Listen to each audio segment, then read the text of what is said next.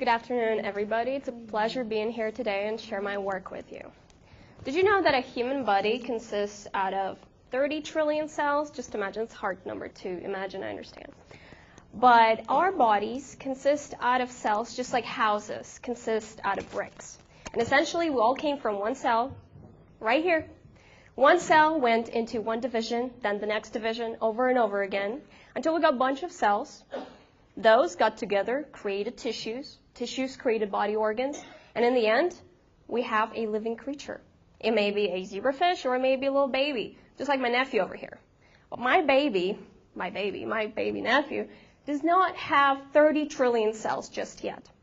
For some reason, somehow, the cells in his body know that they still have to keep on dividing, creating bigger tissues, creating larger organs, until he's done growing and be just like his father, an adult.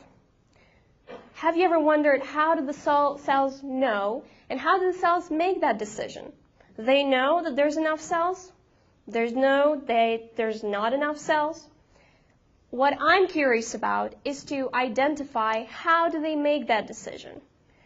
My goal is to understand how does a cell know when it has to keep on dividing or it has to stop dividing when there's enough cells and go into acquiring a specific function, or in other words, differentiate.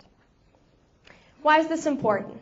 If cells make poor decisions, and for example, they keep on dividing, unfortunately, we may see something like an uncontrolled growth of a tissue, as we all know is cancer. I'm trying to understand if I can fix this. Unfortunately, in cancer cells, it is very hard to stop those cells and prevent those cells from dividing. I'm studying cell divisions in zebrafish because essentially they're just like in humans. I'm studying the factors shown there as those pizza slices, 1 and 2. I study that factor that is being one of the essential targets for the cancer therapy. It is an essential factor that is required for the cells, the top row, to go from one cell into division, creating a bunch of cells, and creating a healthy organism.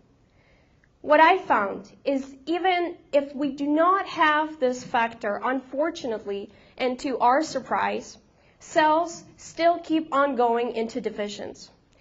And probably only by eliminating the second factor, shown there in red, we may prevent those cells from dividing.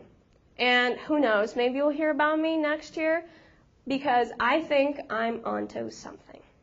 Thank you so much.